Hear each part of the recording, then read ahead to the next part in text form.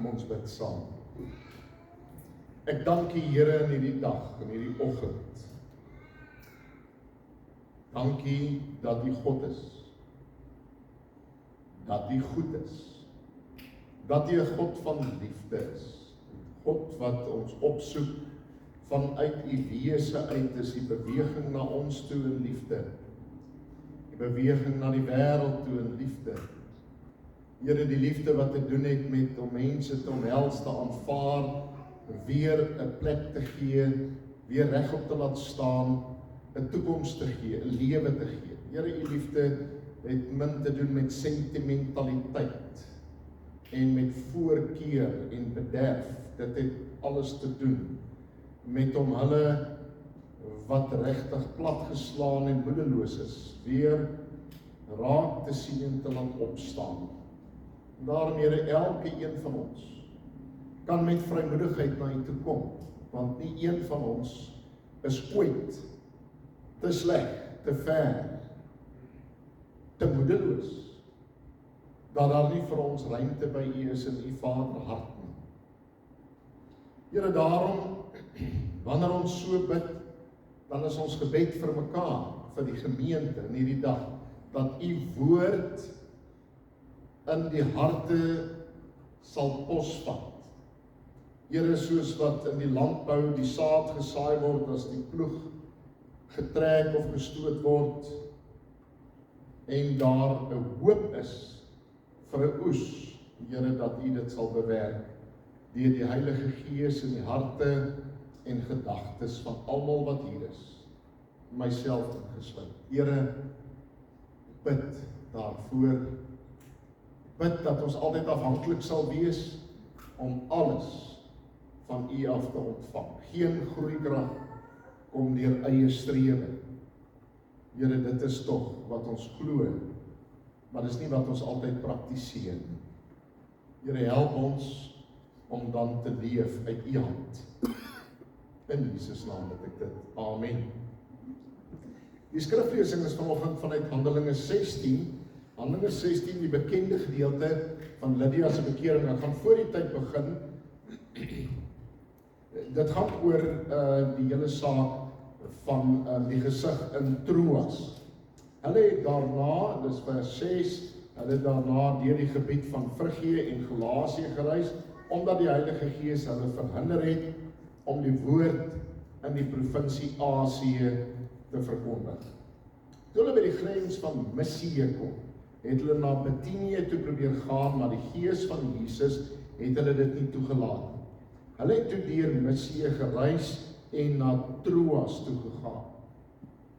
Daar het Paulus in die nag 'n gesig van 'n Macedoniese man gesien wat by hom staan en hom smeek: "Kom oor na Macedonië toe en help ons." Nadat Paulus die gesig gesien het, het ons so gou as moontlik gereed gemaak en na Macedonië toe vertrek, omdat ons tot die oortuiging gekom het dat God ons geroep het om die evangelie aan hulle daar te verkondig. Ons het van Troas af weggevaar en reguit koers gehou na Samotrake toe, en die volgende dag na Neapolis toe.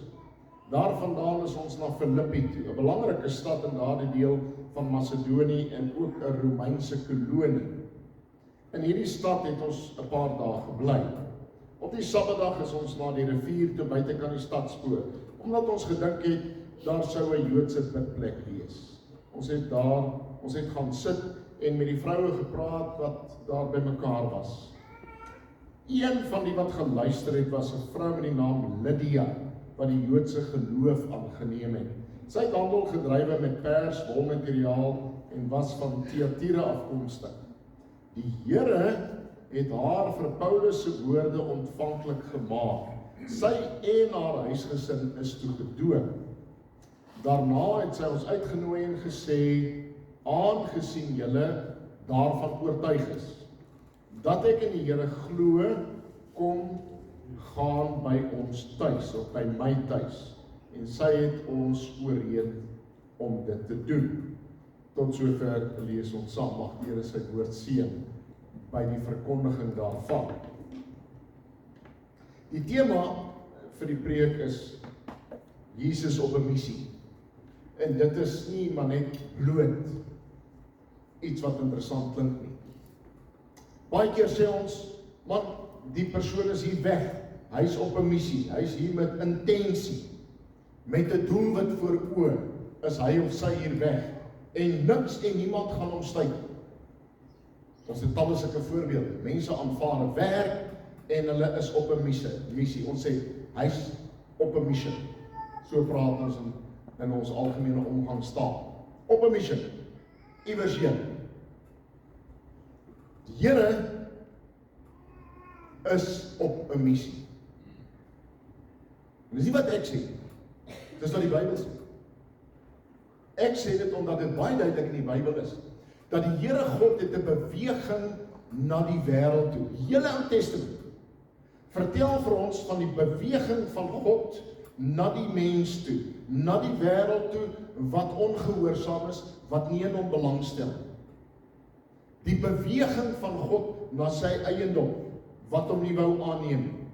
Die beweging van God deur die geskiedenis heen. Daar's 'n baie mooi boek geskryf, The Drama of Scripture. Die hele kwessie van hoe ontvou dit, hoe verloop dit deur die geskiedenis. Jy sien, die Here God is op 'n missie om sy doelwit te bereik. Dat ek vir iemand tydens huisbesoek gesê, die Satan kan nie wen nie, hy kan nie oorwin nie. So dit wat in Genesis gesê is, dat die sonde het alles ontwrig en die bedoeling van God is gedwarsboom. Die Satan kan nie wen nie. God sal sy bedoelinge volledig laat uitkom, laat waar word. Wie is dit wat my bedoelinge probeer dwarsboom sê? Wanneer hy die Here Jesus stuur na die wêreld toe, as die gestuurde van die Vader, dan is dit God in beweging. Ons praat in die teologie van die konsep van missio Dei. Dei die godheid, die missie, die beweging van God, die sending van God na die wêreld. Wanneer die Here Jesus die Heilige Gees stuur na die mensheid, dis die Gees wat gestuur word deur die Here Jesus. Daarom praat die Bybel talle kere wisselterme gewys van die Gees van Christus, die Gees van God. Die Heilige Gees is onlosmaaklik verbind aan die Here Jesus Christus. Dis die Here Jesus se missie. Die Heilige Gees doen die Here se werk, sy sending, sy missionaliteit. Dis die Heilige Gees wat besig is dwars deur die geskiedenis op hierdie massiewe, onbeperkte skaal, waar die Gees wat waai waar hy wil, is besig om dit te bereik en dit te doen, waarvoor hy gestuur is. Wanneer die Here Matteus 28 vir ons uitstuur, vir die hele kerk uitstuur, die kerk se begronding het daarmee te doen, dat ons gestuur is, almal van ons deel almal daarin. Dit is ongelukkig, soos Dennis Willard het so mooi gesê, the great omission, commission, the great commission, mense haal die see uit, en dit word the great omission. Dis die een ding wat mense nie wil hoor nie, dat hulle baie werk het om te doen, dat hulle gestuurdes is, dat hulle in diens is van die Vader. Ons almal, jy is 'n gestuurde, ek is 'n gestuurde, ek en jy is albei sendelinge. Dit is nie iets wat ons kies om te wees nie, ons is dit, van wie ons identiteit en verbintenis aan Christus. Daarom is dit so belangrik om te vra, waarmee hou ek my besig? Is ek besig om die hand aan die ploeg te slaan, en is ek op pad om te doen wat die Here van my vra? Is ek besig om in te val by wat hy nie besig is in die wêreld, sy beweging na die wêreld nie? Of is ek die een wat diametraal teenoor dit staan? Belemmer ek God se beweging na die wêreld? Dis 'n massiewe en belangrike vraag, 'n krities belangrike vraag. In hierdie teksgedeelte dan vind ons vir Paulus. Wie is dit wat hier ter sprake is? Wie is die mense wat saam met ons is? Silas, Silwanus was die Griekse naam geweest, Silas en Paulus en Timoteus. En dan vind jy 'n interessante ding, het julle dit agtergekom toe ek die teks gelees het? Skielik gaan dit van 'n derde persoon na 'n eerste persoon. Dis opvallend as jy die teks baie deeglik lees. Skielik is daar sprake van ons. Ons het vertrek. As jy mooi lees, dis waar van die hele Bybel, dat 'n mens moet baie mooi gaan kyk op watter persoon dit geskryf is. Baie kere dit wissel dit tussen ek en ons. Maar kyk byvoorbeeld in Psalm 23, hoe daar 'n wisseling is. Hier is dit Lukas, want Lukas is die skrywer van die boek Handelinge. Lukas, die evangelie skrywer. Skielik sê hy, ons het vertrek. Ons was daar. Lukas. Was dit jy en Timotheus en Paulus en Silas? Was dit julle? Here werk altyd met groepe mense. Die ondersteuning, die gestuurdheid. Daar is altyd meer as een by betrokke. Dis nooit of selde net een alleen. En daar is hulle op weg en hulle het 'n plan. Hulle gaan om die gemeentes te versterk, die gemeentes wat geplant is, die gemeentes wat besig is om te groei. They are fledgling congregations. Hulle is in die kinderskoene en hulle het baie uitdagings en probleme. Nou word hulle ondersteun deur die medewerkers, deur die medegelowiges, wat van absoluut kritiese belang is. Waar ons moet begin, is die ondersteuning wat jy bied as 'n medegelowige. Die slegste ding wat jy jou mee kan besighou is om te ondermyn. Talle kere het ek dit in die bediening gesien. Mense wat effektief gemeentes ondermyn met hulle optrede, met dit wat hulle doen, dit wat hulle sê. Hulle werk nie saam aan die missie van die Here nie. Hulle is op hulle eie missie. Hulle het hulle eie doelwitte wat hulle wil bereik. Hulle het hulle eie drome wat hulle wil uitleef. Ons het 'n gesegde al vir baie jare in die kerke. Ons het gesê, never give power to the powerless. Die slegste ding wat jy kan doen is om iemand wat nêrens iets in die lewe ooit gedoen het nie, skielik 'n massiewe leiersposisie te gee. Die oomblik is te groot. Dit weet ek uit diere ondervinding. Ek kan ook vir julle sê, dis ook gevaarlik om 'n hoogs professionele persoon wat geweldige sukses gehad het, onmiddellik, dit is transferable skills, sal ons deesdae vir mekaar sê. Ons kan hulle oor en weer aanstel, it's transferable skills. Hy gaan hom ram soos die bank. Sorry Alex. Ek het daardie ondervinding van 'n man wat vir my gesê het, ek ram hom soos die bank. Hy moet wins maak elke week. En as hy 'n generaal is, dare I say. Kry julle die preek? Jy het 'n geestelike leier nodig. Jy het iemand nodig wat die Here dien en wat op die Here se missie is. Jy moenie dink dit het net goed gegaan nie. Onthou nou, hierdie fantastiese medewerker Barnabas en Paulus, daar het moeilikheid gekom tussen Johannes Markus en Paulus, en daar gaan Barnabas en Johannes Markus op hulle eie tog, maar selfs dit belemmer nie die Heilige Gees nie. Maar ons lees niks verder van hulle, of baie min. Ons lees later dat die herstel plaasgevind het. Dan praat Timotheus, praat Paulus van Johannes Markus as sy seun, of liewer Petrus praat daarvan. So kan ek voorbeelde gee, dat daar talle sulke voorbeelde is van herstel. Werk ons saam? Of is jy op jou eie missie? Ons leef in 'n tyd waar elke een fiercely independent is. Ek het dit laas Sondag ook gesê. Ek sal dit nog 1001 keer sê. Dit is ons uitdaging. Ons almal se uitdaging. Ons is individualisties. Dit help nie om dit te ontken nie. Jy moet dit erken en herken in jouself en vir jouself sê, dis 'n probleem. Paulus, hulle is besig om die gemeentes te ondersteun en hulle het 'n plan. Sending werk baie keer so, ons het 'n plan. Talle kere, en dit is deur die geskiedenis heen, is dit die gebruik, en ek loop dit 'n klein bietjie vooruit. Ek maak die preek se toepassing alreeds hier en daar, nie net aan die einde nie, dis hoe ons deesdae dit doen. Deurentyd maak ons die toepassing. So daar is baie keer 'n plan. Jy kry 'n roeping Jy kry 'n gedagte van God, dit word bevestig. Ek het nou die dag met 'n vriend gepraat oor die interne en die eksterne roeping, of hy het my daarna verwys. Wat waar? Die interne en die eksterne roeping, selfs met die beroep van 'n predikant, die interne en die eksterne beroeping. Dis hoekom 'n gemeente 'n predikant beroep, hulle stem. Paulus kry 'n visie. Nadat hy gesê het dat die Heilige Gees hulle verhinder het. Dwarsteer kom dit na vore, by 2 geleenthede maak die Heilige Gees nie die deure oop nie. So wanneer ons sending beplan, wanneer ons uitreike beplan, dan doen ons dit met die beste van ons vermoë, maar ons hou rekening daarmee dat God deure kan oop of toemaak en jy moet sensitief wees daarvoor.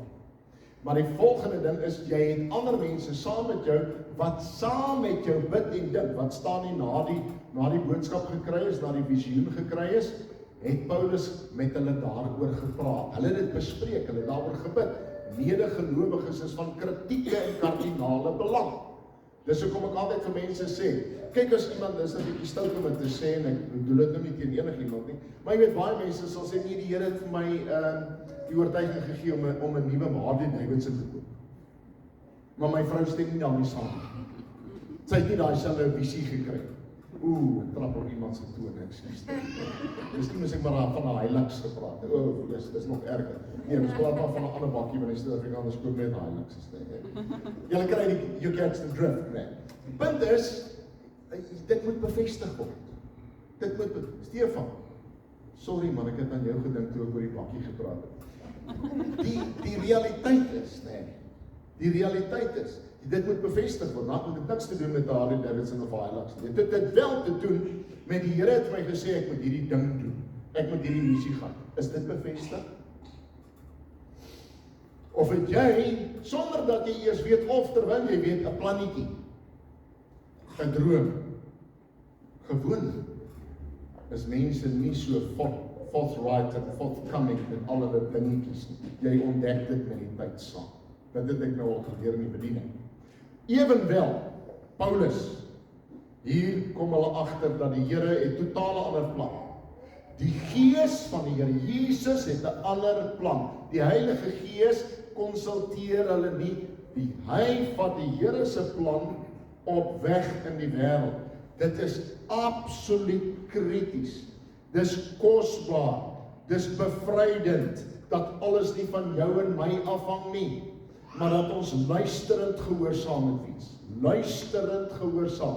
Here, waarheen stuur U my? Wat wil U hê moet ek doen? En dit ons op alle vlakke. Wat wil U hê moet ek doen hierdie week? Hoe moet ek wees waar ek is? Waar gaan ek? Kyk, die preek gaan maar baie lank wees, lyk dit vir my, want daar's so baie inligting. So Paulus, hulle word gestuur deur die Gees. Dis die een ding. Julle kan al die ander goed vergeet, maar dit kan julle nie vergeet. Julle is gestuurdes van die Gees, deur die Gees. Dis Jesus wat jou verlos het en in staat gestel het om 'n gestuurde te wees. Verlossing en gestuur wees loop hand aan hand, hulle is gedagteil, dit het met dieselfde saak te doen. Dis nie ek is verlos, dis hoogs individualisties. Ek is verlos en nou is ek hier staan gemaak om my eie lewe te leef soos ek goed dink. Dit is tipies 'n teken van dat ons modernistiese mense is wat suiwer dink van ons eie individualiteit. Dit is onbybels. Kom ek sê dit nou maar sommer vir julle, dit is onbybels om so daaroor te dink. En julle kan my enigstens daaroor 'n gesprek tree. Gaan kyk 'n bietjie. Die Bybel praat nie van hierdie hoogs individualisme wat ons vandag het. Ons wil af God individualisme. Absoluut. Ons almal doen dit. So Paulus kry die boodskap dat hulle moet vertrek. Dan interessant, so 'n stukkie geskiedenis, so agter dit alles, hulle vertrek van Alexandria, Troas. Dis die ou Griekse naam. Die plek wat al eeue voor Christus bestaan het. Die ou Griekse stad. Dan vertrek hulle Samotrake, 'n eiland, 5500 voet, die berg, dit is prominent op die horison. Vertrek van daar af, gunstige weerstoestande in 'n land aan die ander kant. Op 'n later stadium het hulle gesê die terugreis het 5 dae gevat per skip. Maar dit gunstige weerstoestande en hulle vertrek en hulle eindig in 'n plek wat ons noem Neapolis, Kabbala. Vandag as julle gaan kyk, mense het my baie keer al gevra, waar is dit vandag? Waar is dit in vandag se term? Kavala. Dis die ou Neapolis. Dan vertrek hulle met pad met die Via Egnatia. Wie van julle het gestap op die Via Egnatia? Nog nooit? Ek ook nie. Ek wil baie graag. Ek het gehoop daar is iemand wat vir my kan sê, dominee, dit was 'n wonderlike ervaring gewees, né? Ja, ek het eendag, miskien. Stap hulle daai stukkie na Filippi. Filippi, onthou julle matriek, Hannes, jy het ons matriek geskiedenis gehad, né? Ja, ek het nie so gedink nie, so miskien moet jou naam genoem, maar ek het dit baie stukkie. Punt is, nie ver van Filippi af nie. Onthou julle vir keiser Octavianus. Party van julle het geskiedenis gehad, ek weet. Octavianus, hy was later genoem keiser Augustus. Onthou julle dat hy en Antonius, hy het vir Brutus en was dit Cassius, het hulle verslaan. En later het Octavianus, het hy van Antonius verslaan by die slag van Actium. Dit het alles plaasgevind, nie ver van Filippi af. So, dit het 'n direct bearing on the Bible. Hoekom? Want dit is 'n Romeinse kolonie. Hierdie is 'n plek, Filippi is 'n plek van ongelooflike belang, histories geskiedkundige belang. Dis 'n Romeinse kolonie. Wat die Romeine gedoen het is, en ek wens hulle wil dit doen hierso ook, hulle het om die druk te verlig van die verkeer in Rome en om die stede bietjie meer te ontvolk en om die verspreiding van die Romeinse kultuur, dan het hulle die soldate laat aftree of die hooggeplaastes laat aftree, van hulle lifestyle blocks gegee op ander dorpe. Verskeie sulke plekke was Romeinse beheerde plekke. Dit was natuurlik alles onder Romeinse beheer, maar hierdie was pertinent. En dis die eerste keer dat dit so genoem word, 'n Romeinse kolonie. So Paulus word gestuur na 'n plek, want is in Macedonië. Dis 'n plek wat direk onder Romeinse bestuur staan, maar wat absoluut deurspek is van die geskiedenis van die Romeine en wat volledig beheer word deur mense wat die ideale van Rome aanhang. So om daar die evangelie van Jesus Christus as die Here te gaan verkondig, is nou om die minste te sê moeilikheid so. Want jy sien wat se tipe godsdienste het hulle gehad in daardie tyd? Almal was godsdienstig. Almal. Dis nie soos vandag. So almal het een of ander vorm, jy het of 'n mistiese religie gehad, of jy het van die ander groot religieë gehad, of jy het die keizerreligie gehad, waar die keizer is die seun van God. So nou om te gaan staan in Filippi en te vertel dat Jesus Christus is die seun van God, hy is die heerser van die wêreld. Dis al hoe nader aan Rome. Die Heilige Gees stuur vir Paulus al hoe nader aan Rome. Eventueel sal hy eindig aan die einde van sy lewe in Rome voor die keiser en hy sal daar met sy lewe boet.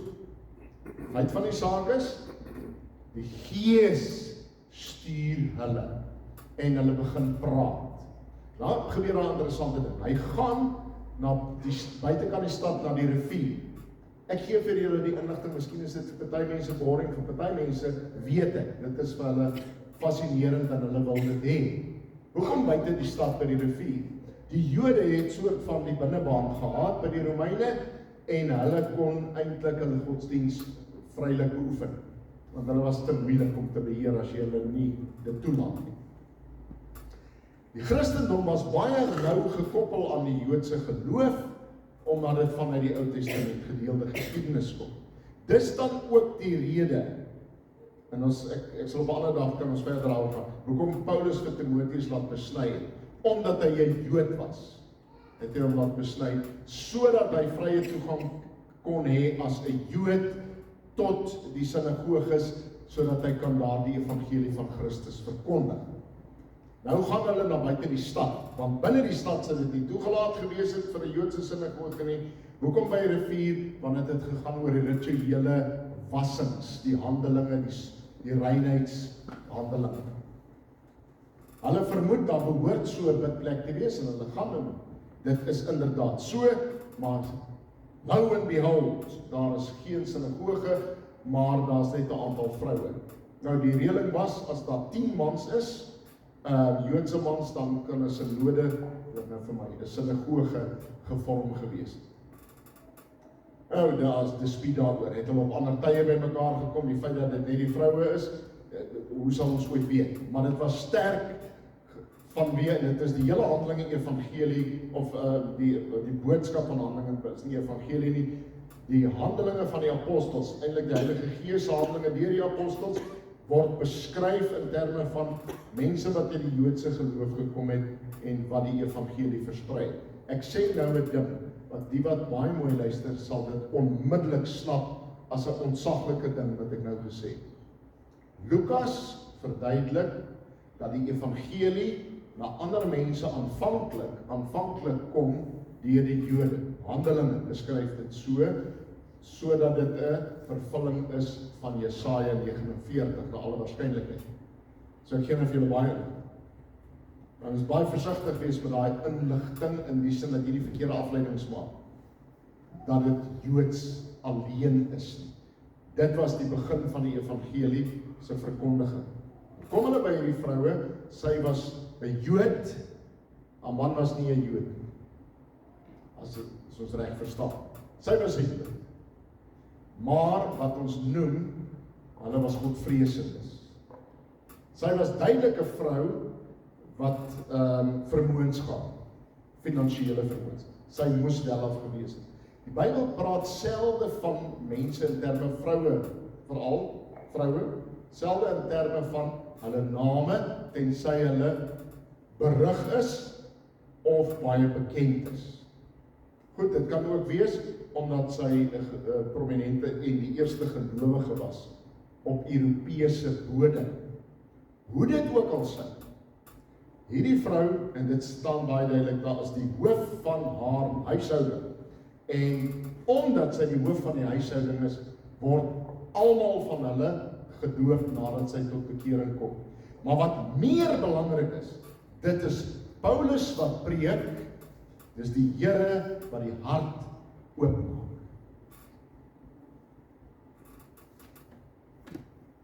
Mense, predikant kan preek, en jy kan preek, vir jou kinders, vir jou ouers, vir jou medemense, die Here wat die hart aanraak.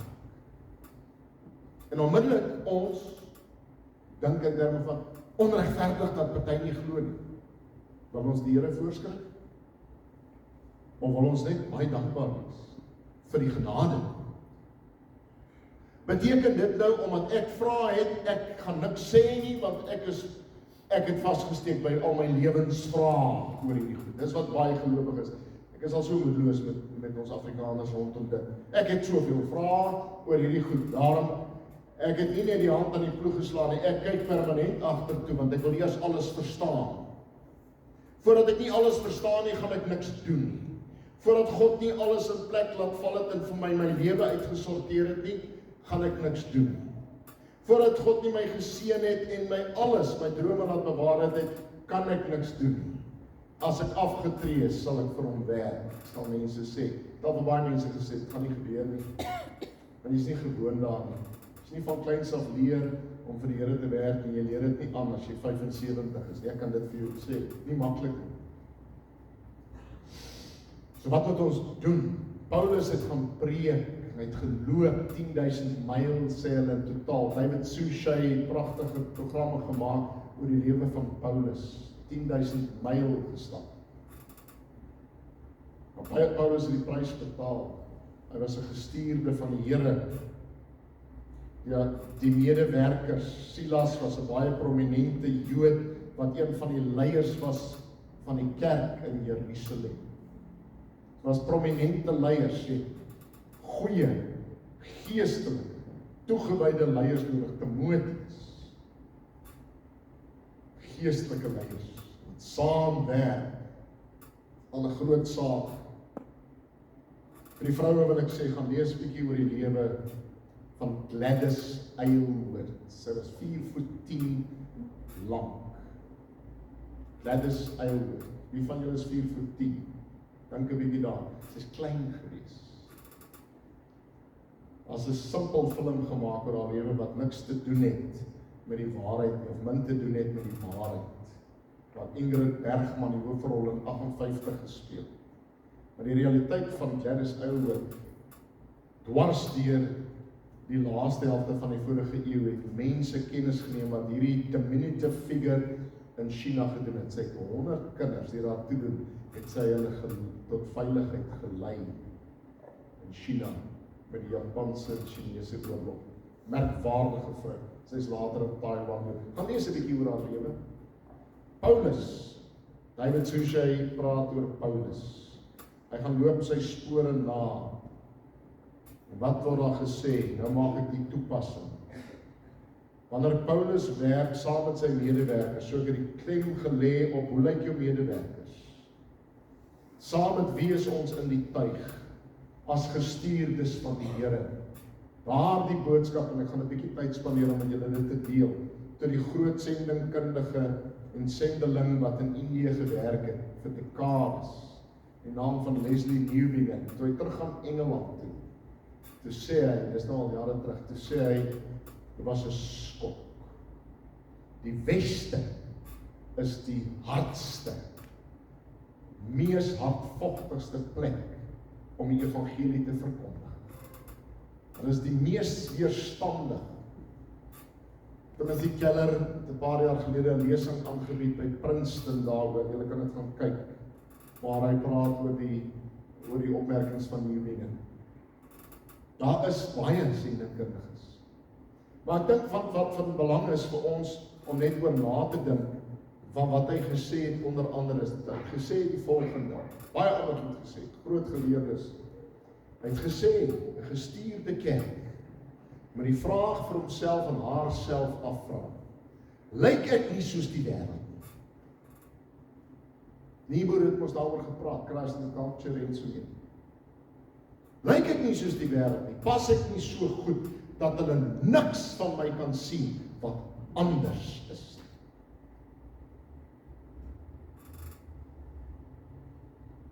Dis 'n vraag vir ons as immigrante. Julle wat sê immigrante vir my vir die afgelope 15 jaar. Die meeste, as ons oor die goed praat. Dominee, ek het nie tyd. Vreek, ek het nie tyd. Ek is agter. My drome, my beplanning. Dat ek in Suid-Afrika gaan, dis agter. Ek moet opvang. Ek het nie tyd. Dit toe kom ons hier is. Ons leef net soos die ander mense. Ons leef net soos die ander mense. Dis in die begin, wat jy moet doen is, jy moet leef in die gemeenskap. En jy moet die gemeenskap verstaan. Jy moet kyk, wat doen mense, wat is vir hulle belangrik. Jy moet mooi kyk, dis wat Paulus gedoen het, hy het saam met hulle geleef, hy het tussen hulle geleef. Hy het met hulle gepraat. Ons praat van 'n missional engagement of conversation. So jy praat met die mense saam met wie jy werk. Jy luister na hulle. Jy hoor wat sê hulle, wat is vir hulle belangrik? Wat doen hulle? Jy probeer verstaan hoe kom hulle dit doen. Maar jy moet verstaan dat as 'n gelowige sal in een of ander tyd uitloop op konfrontasie. Een of ander. Gaan hulle sê, you're different. Oh, you're a God botherer. You're a Bible puncher. Dis die tipe goed wat al vir my gesê het. Of, nog beter, en jy het nog nie baie gedink oor die goeders nie. Jy het 'n sielkundige probleem, jy het 'n kruk nodig. Ja. Dan kan ons lekker gesels, as jy sulke goed vir my sê. Nou kan ons lekker gesels. Nie lekker beklei nie, lekker gesels. Dat dit nie heeltemal so eenvoudig is. Kyk wat ek ook gesien het, as jy nou begin met mense in hierdie missional conversation engage, dan raak hulle kwaad as hulle agterkom dat jy antwoorde het op sekere. Dan is die God gaaf. Maar dit is wat ons moet doen. As jy nou nie gaan praat en jy gaan sit nie daar by die mense en jy leef nie tussen die maak die tent saam met hulle en jy gaan na die Areopagus toe waar jy aangekla word in Athene en jy's nie op Mars Hill. Ek meen dan gaan ook nou niks gebeur nie, jy gaan 'n lekker lewe hê. Jy gaan jou besig hou met jou aftredebeplan.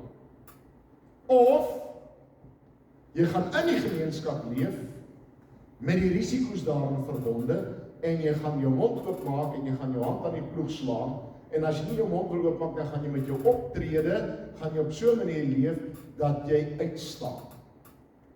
En dat mense na jou kyk en sê, what are you busy with? What are you doing? Why are you like this? You are not like us. Is dit nie wat gebeur het?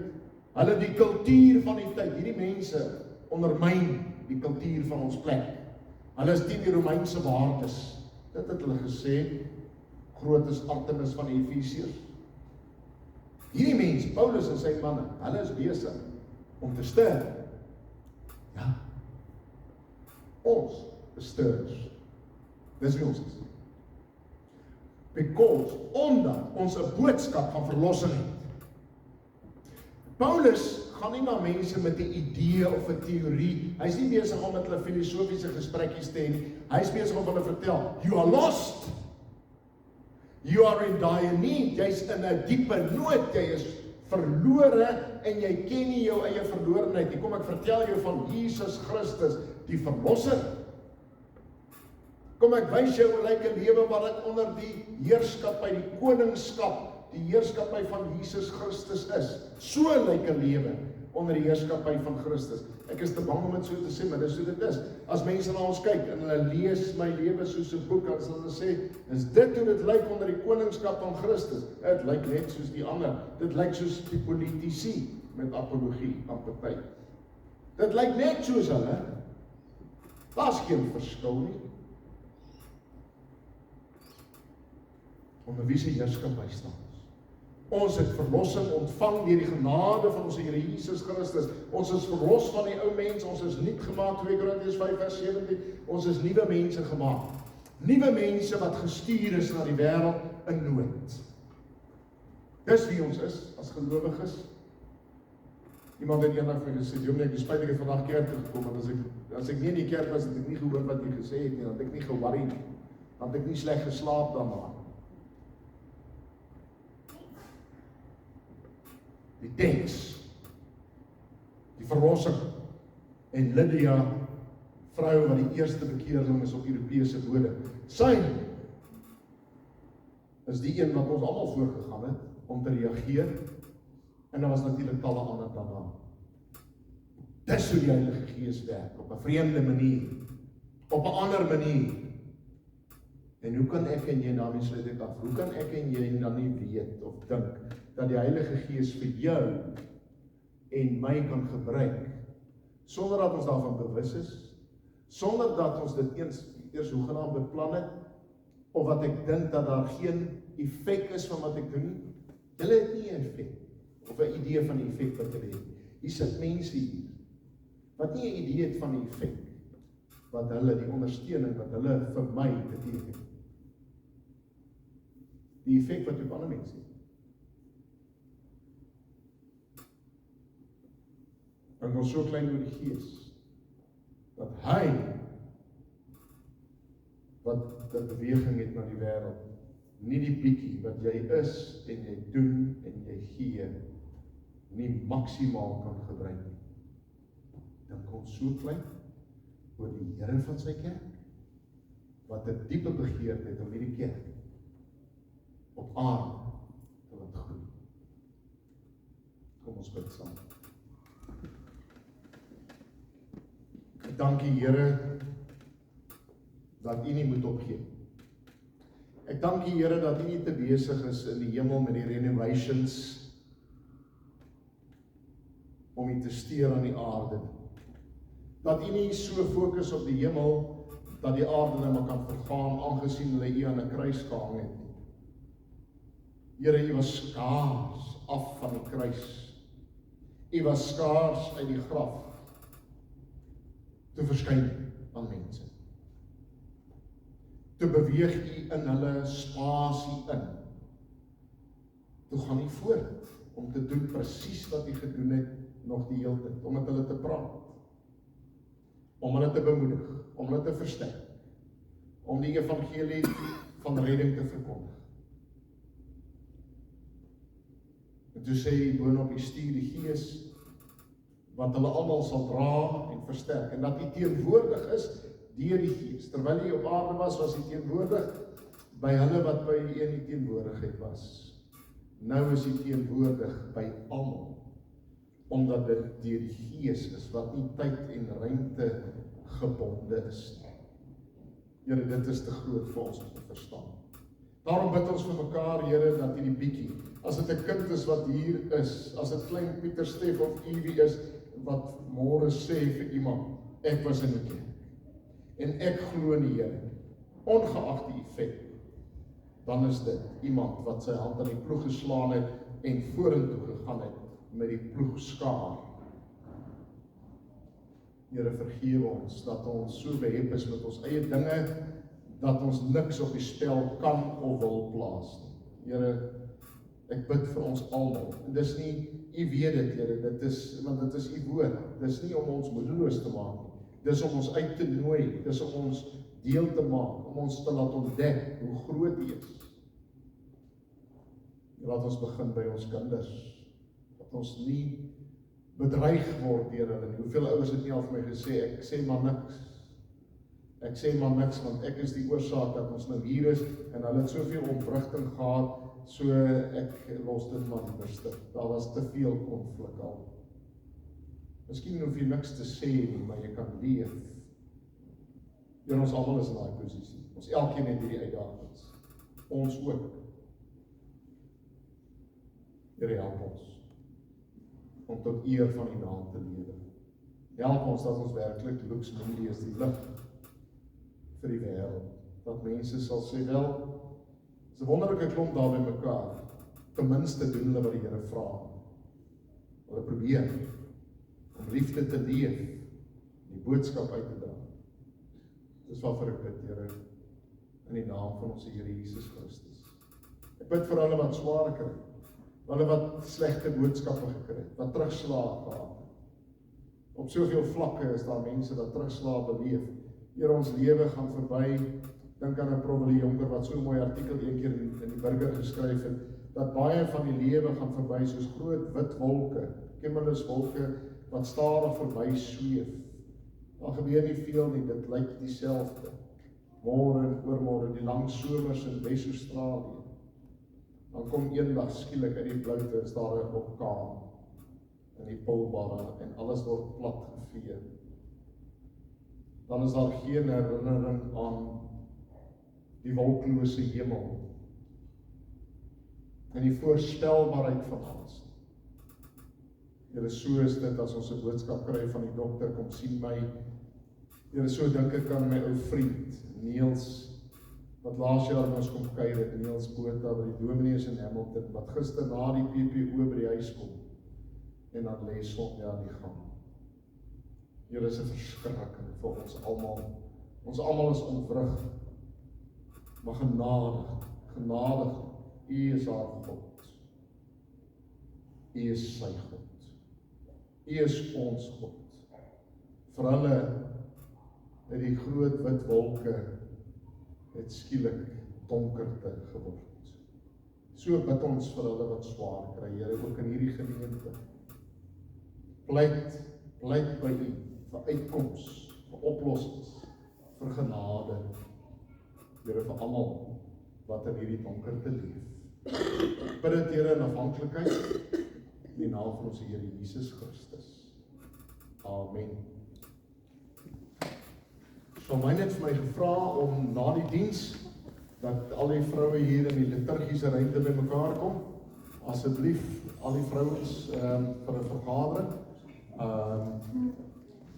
Ons vra maar net groot asseblief.